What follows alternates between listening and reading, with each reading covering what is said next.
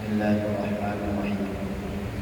Alhamdulillahi rabbil alamin. Bihi nasta'inu ala umuri dunya wad din. Salatu wassalamu ala sayyidil anbiya'i wal mursalin. Sayyidina wa maulana Muhammad sallallahu alaihi wasallam, rasulihil amin. Allahumma shalli wa sallim wa barik ala sayyidina Muhammad wa ala ali sayyidina Muhammad.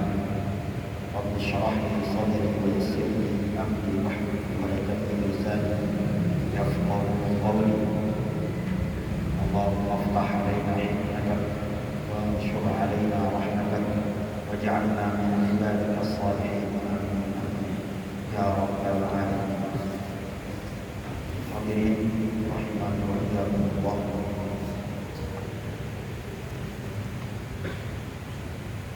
Dan bersyukur kepada Allah Tuhan semesta alam, salawat dan salam kehadiran Muhammad sallallahu alaihi wasallam. Allahumma shalli wa sallim wa barik ala sayyidina Muhammad wa ala ali sayyidina Muhammad. Alhamdulillah, alhamdulillah. Siang ini di bulan yang penuh barakah, di bulan yang mana Rasulullah sallallahu alaihi wasallam telah mengabarkan kepada kita bahwa bulan Ramadan adalah bulan yang penuh dengan keberkahan. Bagaimana yang disebutkan di dalam beberapa riwayat hadis, baginda Nabi sallallahu alaihi wasallam beliau membashir ashabahu bi dukhul syahril mubarak. Beliau memberikan kabar gembira kepada sahabatnya bahwa akan datang satu bulan yang penuh dengan keberkahan.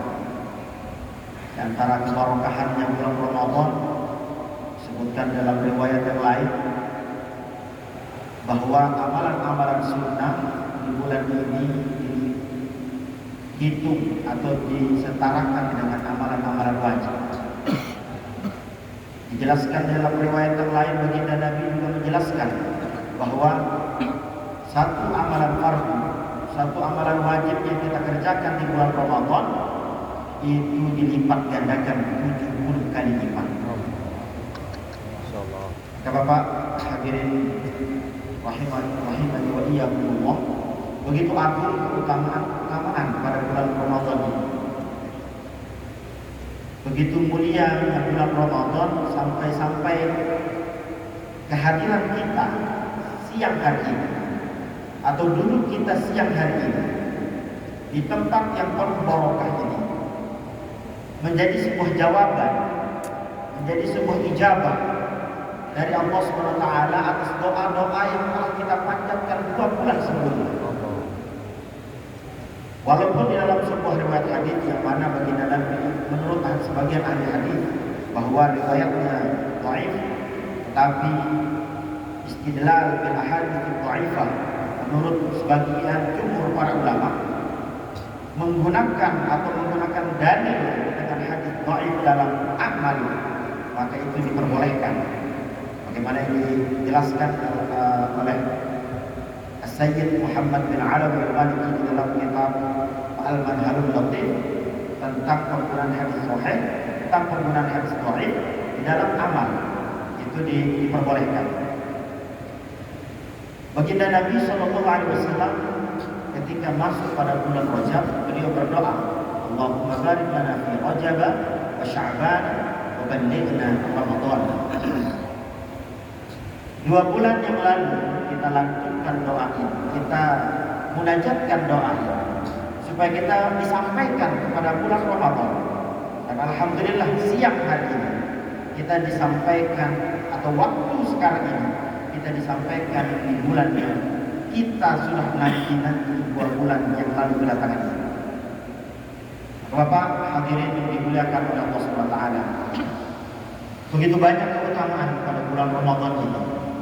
Di antara keutamaannya lagi, orang yang faktor iman, orang yang memberikan iftar, orang yang memberikan berbuka puasa bagi orang yang puasa pada bulan Ramadan, walau bisyikki tamrah, walaupun hanya sekedar 1 biji kurma atau setengahnya kurma. Dia hanya bersedekah mampunya ada setengah kurma, maka Allah akan padamkan api neraka dengan setengah kurma tadi. Di dalam riwayat yang lain baginda Nabi menjelaskan yang lebih detail, barang siapa yang memberikan orang yang berpuasa berbuka sampai dia syab'an, sampai dia kenyang, sampai dalam bahasa Lombok sampai tenterak, sampai tenterak, sampai tenterak, sampai dia kenyang, maka Allah SWT akan berikan dia minum dari telaga Kautsar. Yang mana kalau orang sudah minum dari telaga Kautsar, dalam yang abadan, dia tidak akan pernah haus, tidak akan pernah merasakan dahaga selama-lamanya. Begitu banyak keagungan-keagungan pada bulan Ramadan. Bahkan duduk kita yang sebentar di majelis ilmu pada bulan Ramadan lain nilainya dengan duduk kita beberapa saat di luar bulan Ramadan. Kita bermudzakarah, duduk di tempat yang mulia ini membahas tentang ilmu atau tentang warisannya Rasulullah Sallallahu Alaihi Wasallam. Insyaallah akan baca beberapa riwayat hadis dari baginda Nabi Muhammad Sallallahu Alaihi Wasallam, yang mana seorang ulama sudah mengatakan, kalau kalian mendengar hadis atau dibacakan sebuah hadis tentang hadis dari Rasulullah SAW, maka seolah-olah baginda Nabi yang menasihati kita. Di dalam pertemuan kita hari ini insyaallah akan bermudzakarah tentang bab fil istiqamah, bab tentang istiqamah. Istiqomah dalam bahasa kita rutin atau konsekuen, terus dia mengerjakan suatu amalan tersebut. Baginda Nabi Sallallahu Alaihi Wasallam beliau bersabda, Inna habbal amal ilallah adwamuha wa itqalla. Amalan yang paling mendatangkan kecintaan atau yang paling dicintai oleh Allah SWT adalah adwamuha, amalan yang istiqomah. Wa itqalla, walaupun itu sedikit tapi itu istiqomah. Al-Imam Al-Ghazali, Abu Hamid Muhammad bin Muhammad Al-Ghazali, sahib Ihya Ulumuddin, beliau mengatakan amalan itu dihitung istiqomah kalau kita sudah mengamalkannya 3 kali berturut-turut. Tapi pendapat ulama yang lain lebih lagi, lebih hati-hati lagi. Dan orang yang istiqomah adalah yang dia istimrar, dia senantiasa mengerjakan amalan tersebut sampai hatta faraqat dunia, sampai di dunia memisahkan dia. Wa an Abi Amr wa qila Abi Amrah Sufyan bin Abdullah. Abi Amrah ini adalah seorang sahabat. Abi Amrah ini julukannya Sufyan bin Abdullah. Sufyan bin Abdullah radhiyallahu anhu al-Thaqafi. Beliau ini At-Thaqafi nisbatnya kepada Bani Thaqif yang ada di kota Taif, suatu kabilah yang berada di kota Taif waktu zaman Rasulullah yang bernama Bani Thaqif. Yang dulu mungkin ketika bapak-bapak dulu pernah mendengar cerita tentang penolakan dakwahnya Rasulullah SAW. Ketika beliau berada di Taif, beliau bertemu dengan tokoh-tokoh dari Bani Thaqif, tetapi orang-orang Bani Thaqif atau tokoh-tokoh mereka menolak dakwahnya Rasulullah. Sampai dikatakan dalam sebuah riwayat, kejadian yang paling memilukan hati Rasulullah adalah kejadian penolakan dakwah beliau ketika berada di Taif. Ilahi ilaika ashku dha'fa quwwati wa qillata hilati wa hawani 'ala nas. Ya Allah, ya Tuhanku, hanya kepada Engkau lah aku mengadu dha'fa quwwati, lemahnya kekuatan, wa qillata hilati, dan sempitnya keadaan, wa hawani 'ala nas, hinanya aku di hadapan manusia. Itulah. Tetapi Sufyan bin Abdullah At-Thaqafi ini termasuk orang dari Bani Thaqif yang mendapatkan hidayah. Yang mana ketika Rasulullah SAW ditawarkan oleh malaikat penjaga gunung untuk dihantamkan gunung-gunung yang ada di Thaif supaya orang-orang sana hancur lebur, tetapi Rasulullah SAW berdoa, ya Allah, illam takun alayya ghadab fala ubali. Asalkan engkau tidak murka kepadaku ya Allah, fala ubali. Saya tidak peduli. Cacian hinaan mereka kepadaku, saya tidak peduli. Kalau hari ini mereka tidak mau menerima dakwah saya, kalau hari ini mereka tidak mau menerima agamamu ya Allah, saya berharap ada yang muncul dari sulbi mereka, anak cucu mereka yang mau menerima agama ini. Dan termasuk dari doanya Rasulullah adalah Sufyan bin Abdullah, termasuk adalah orang yang menerima atau yang mendapatkan hidayah dari doanya Rasulullah SAW. Beliau meriwayatkan, ya Rasulullah, saya bertanya kepada Rasulullah, wahai baginda Nabi, qul fil Islam qawlan la as'alu anhu ahadan ghairak. Coba ya Rasulullah, tunas amalan atau suatu perkara di dalam agama ini yang saya tidak akan meminta atau tidak akan bertanya kepada selain engkau ya Rasulullah. Maka baginda Nabi SAW bersabda, qul amantu billah tsumma istaqim wa muslim. Katakan Sufyan katakan amantu billah tsumma istaqim. Saya beriman kepada Allah tsumma istaqim, dan istiqomah. Para ulama mengatakan inilah salah satu mukjizatnya Rasulullah. Salah satu keistimewaan hadis-hadisnya baginda Nabi yaitu jami'ul kalim. Maknanya jami'ul kalim, sabdanya beliau itu sedikit tapi maknanya sangat panjang. Perkataan beliau ringkas, sabda beliau ringkas, tapi maknanya sangat luas. Itulah salah satu mukjizat dari Rasulullah. Amantu billah tsumma istaqim.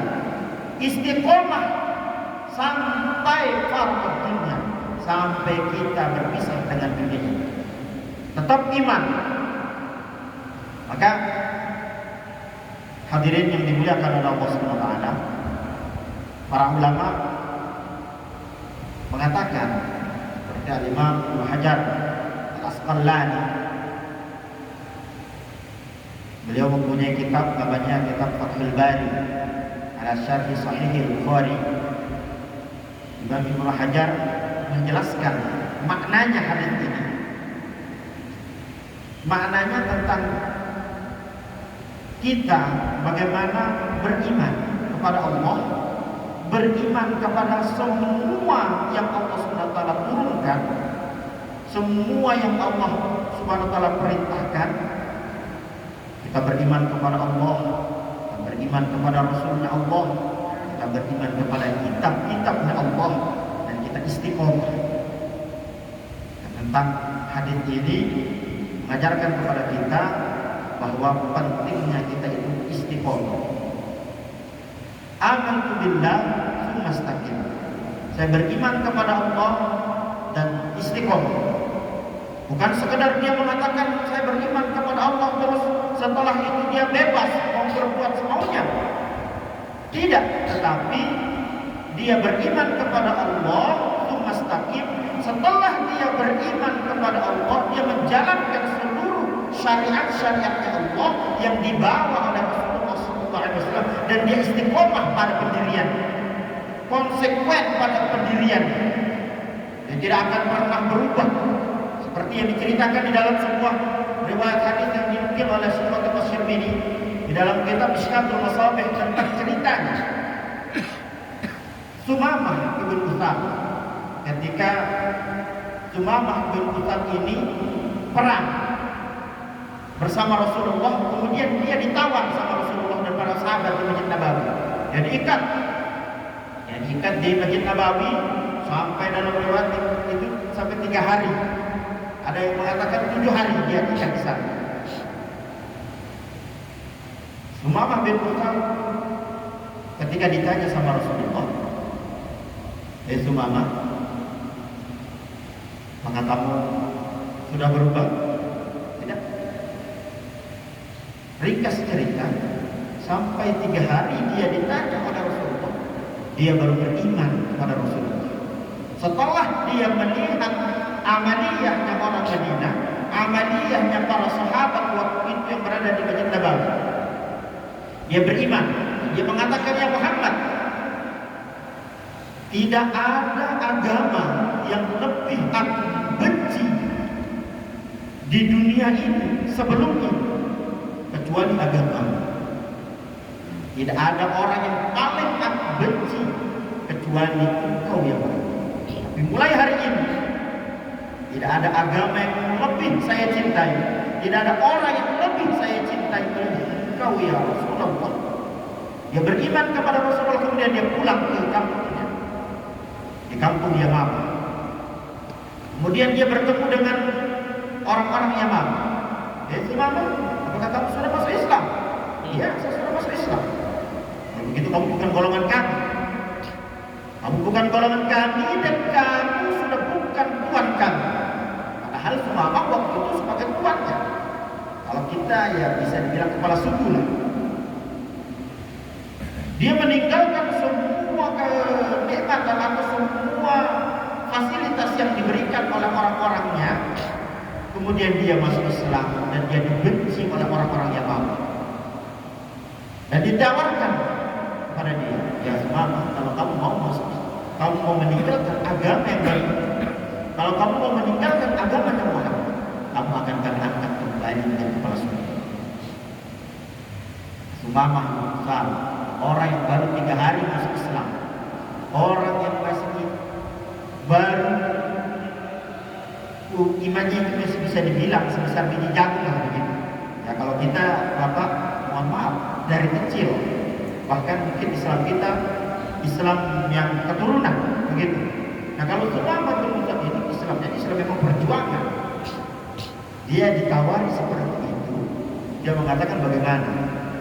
Atruku sunnata habibi bihaula haqqa.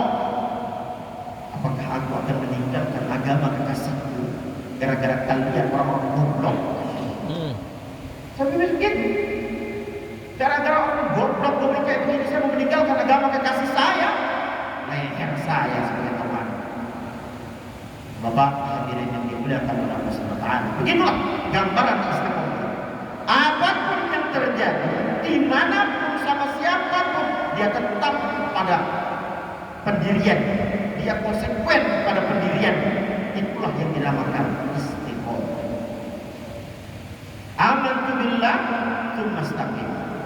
Beriman kepada Allah, tidak tergiur dengan apapun, tidak tergiur dengan duniawi, tsumma istaqim, dan dia tetap istiqomah.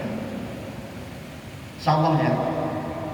Semoga Allah Subhanahu wa taala berikan kita istiqomah. Kita doa, Allahumma inna nas'aluka al-istiqamah wa husnal khatimah. Ya Allah, kami minta istiqamah. Amalan kami istiqamah dan akhir hayat kami husnul khatimah. Wa 'an Abi Hurairah radhiyallahu anhu qala Rasulullah sallallahu alaihi wasallam, diriwayatkan dari Abu Hurairah. Abu Hurairah, asli beliau adalah yang masyhur sampai kepada kita, walaupun dalam riwayat-riwayat lain nama beliau tidak masyhur seperti itu. Tapi yang masyhur sampai kepada kita adalah Abdurrahman bin Sahr Ad-Dausi. Beliau dari suku Daus, daerah Yaman. Beliau ini, Abu Hurairah ini, masuk Islam pada tahun ke-7. Pada tahun ke-7 Hijrah. Berarti setelah baginda Nabi Sallallahu Alaihi Wasallam 7 tahun di Madinah. Kalau tahun 7 Hijrah berarti setelah 7 tahun baginda Nabi berada di Madinah, hijrah ke Madinah. Termasuk akhir masuk Islam. Tetapi kalau di dalam periwayatan hadis beliau aktar sahabah buatan, para sahabat yang paling banyak meriwayatkan hadis. Ada 7 orang sahabat yang paling banyak meriwayatkan hadis. Nah, yang paling banyak itu adalah Abu Hurairah. Abu Hurairah Ad-Dawsi. Abu Hurairah, terus ada juga Siti Aisyah, ada juga Abu Sa'id Al-Khudri, Anas bin Malik, Jabir bin Abdullah, Abdullah bin Abbas, Abdullah bin Umar. Itulah di antara sahabat yang banyak meriwayatkan hadis yang sampai kepada kita hari ini. Dan tidak bertemu dengan Rasulullah 1444 tahun yang lalu beliau meninggalkan kita, tapi sampai hari ini kita masih mendengarkan nasihat dari beliau. Beliau meriwayatkan hadis lebih dari 4.000 hadis. Sampai dikatakan di dalam Sahih Bukhari itu sendiri, di dalam Sahih Bukhari sendiri matan Sahih Bukhari itu sendiri, di dalam beberapa cetakan tidak ada, hampir tidak ada lembar di dalam Sahih Bukhari itu kecuali ada nama Abu Hurairah di sana. Saking banyaknya Abu Hurairah ini meriwayatkan hadis kepada umat ini. Yang paling berjasa dalam dunia ilmu hadis pada umat ini adalah Abu Hurairah Abdurrahman bin Sakhr Ad-Dawsi. Dia merupakan santri awalnya baginda Nabi, santri awalnya baginda Nabi yang tinggalnya di Ashab Suffah, di samping rumah Rasulullah, di samping Masjid Nabawi. Beliau mengatakan, qala Rasulullah sallallahu alaihi wasallam, baginda Nabi sallallahu alaihi wasallam bersabda, qaribu wasaddidu wa'malu annahu la yanjuwa ahadun minkum bi'amalihi. Qalu wala anta ya Rasulullah? Qala wala ana illa an yataghammadani Allah bi rahmatin minhu wa fadlin. Qaribu wasaddidu, dan bersikaplah moderat, wasaddidu, dan senantiasa kita dalam kebenaran. Wa'malu annahu la yanjuwa, dan beramallah kalian, annahu la yanjuwa ahadun minkum bi'amalihi, sesungguhnya kalian tidak akan pernah selamat dengan sebab amalan kalian. Qalu, maka para sahabat bertanya, ya Rasulullah, wala anta, begitu juga dengan engkau ya Rasulullah? Qala wala ana illa an yataghammadani Allah bi rahmatin minhu wa fadlin. Begitu juga dengan saya, Tuhan Allah Subhanahu wa taala melimpahkan rahmatnya padaku. Jadi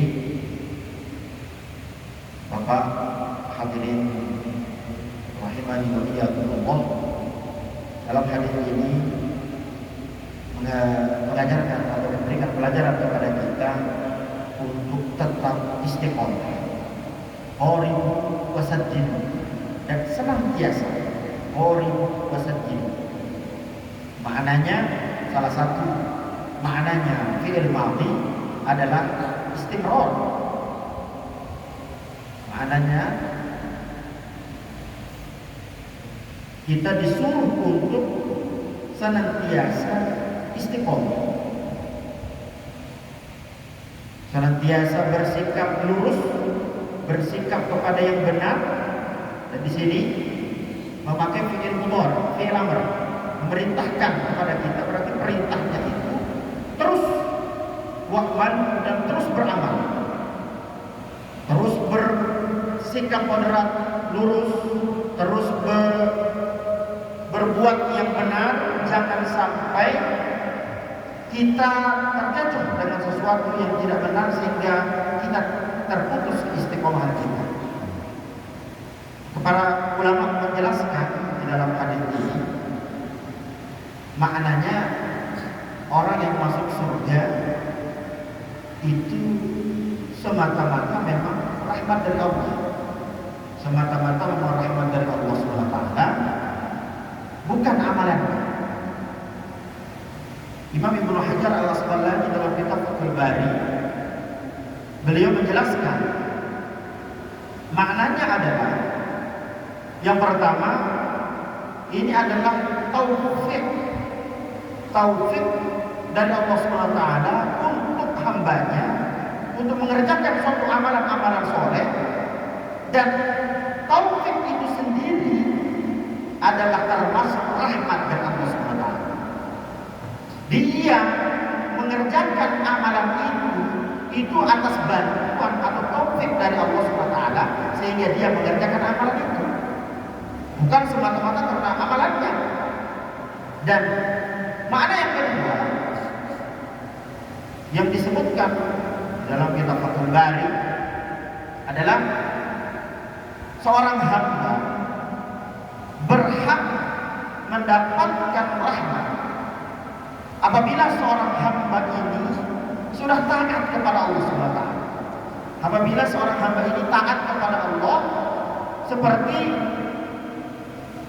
beliau mengumpamakan seperti seorang guru berhak mendapatkan upahnya setelah dia mengerjakan tugasnya. Kalau dia sudah selesai dari tugasnya, dia boleh mendapatkan upahnya. Nah, begitu juga seorang hamba, dia berhak mendapatkan rahmat dari Allah SWT setelah dia taat kepada Allah SWT. Dan termasuk bentuk taatnya seorang hamba adalah ketika dia mengerjakan amalan-amalan soleh. Mana yang ketiga, masuknya seorang hamba ke dalam surganya Allah SWT murni anugerah dari Allah SWT. Akan tetapi memang murni anugerah dari Allah SWT, memang murni rahmat dari Allah SWT. Akan tetapi derajatnya nanti di surga tersebut memang tergantung amal ibadah masing-masing. Jadi maknanya dalam hadis tadi, memang semua umatnya Rasulullah yang masuk surga ini birahmatillah, semata-mata murni adalah rahmat dari Allah. Dan rahmat dari Allah itu sendiri adalah atau bisa kita dapatkan setelah kita taat kepada perintah-perintah Allah. Sebagaimana juga dijelaskan di dalam ayat-ayat yang lain, alladzina amanu wa 'amilus shalihat lanubawwi'annahum minal jannati ghurafan. Orang-orang yang mengamalkan amalan saleh, dan dia akan disiapkan oleh Allah SWT istana-istana di surga. Jadi tidak ada pertentangan, tidak akan bertentangan. Berarti kita ngapain amal kalau tidak ada gunanya? Kalau kita tidak bisa masuk surga gara-gara amalan kita, kita beramal itu juga termasuk taufik atau pertolongan dari Allah. Dan pertolongan dari Allah itu adalah semata-mata rahmat dari Allah. Bapak hadirin dimuliakan oleh Allah SWT, kita bersyukur kepada Allah SWT di bulan yang penuh barakah ini. Dikatakan dalam sebuah hadis, awwaluhu rahmah. Kita berada di bulan yang rahmat, bulan yang mana Allah SWT turunkan rahmatnya kepada umat-umat ini.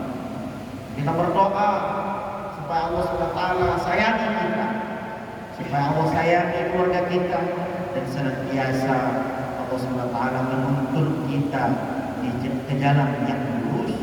Ihdinas siratal mustaqim. Jalan yang lurus itu jalan para nabi, jalan para siddiqin, jalan para syuhada, dan jalannya orang-orang saleh. Kita senantiasa doa, senantiasa kita panjatkan doa tersebut setiap hari, setiap waktu sholat kita. Ketika kita sowan kepada Allah, ihdinas siratal mustaqim, supaya Allah SWT luruskan kita. Kalau kita belum lurus, ya biar Allah luruskan. Kalau kita belum bersih, biar Allah bersihkan kita. Kalau kita belum pantas, Allah akan pantaskan kita. Tapi kalau kita tidak mau mengerjakan perintahnya dengan alasan saya masih banyak maksiat, saya masih banyak dosa, saya masih belum pantas, kapan lagi kita akan pantas kalau kita tidak memantaskan diri kita? Innamas sabru bis-tasabbur, innamal ilmu bit-ta'allum. Ilmu akan didapatkan dengan kita senantiasa belajar. Begitu juga sabar kita akan dapatkan dengan senantiasa kita menyabarkan diri kita. Begitu juga halnya dengan kita memantaskan diri kita menjadi umatnya Rasulullah, memantaskan diri kita menjadi hamba Allah yang saleh dengan kita senantiasa memantaskan diri. Bukan berarti kalau kita merasa diri kita belum pantas, diri kita masih banyak maksiat, terus kita akan semakin jauh. Tidak. Bahkan di dalam hadis baginda Nabi Shallallahu Alaihi Wasallam beliau bersabda, la yazalu abdun yataqarrabu ilayya bin nawafil hatta uhibbah.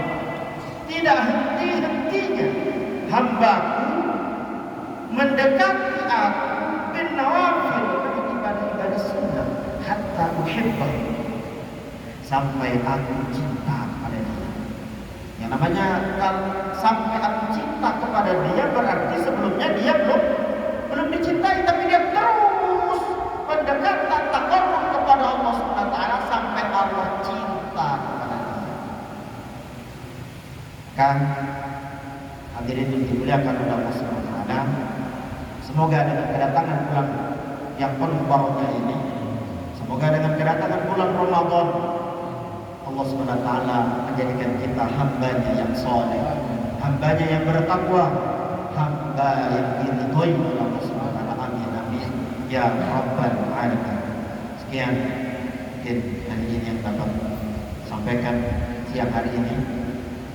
Semoga ada manfaat dan barokahnya bagi kita bersama dan bagi umat semuanya. Amin amin ya rabbal alamin.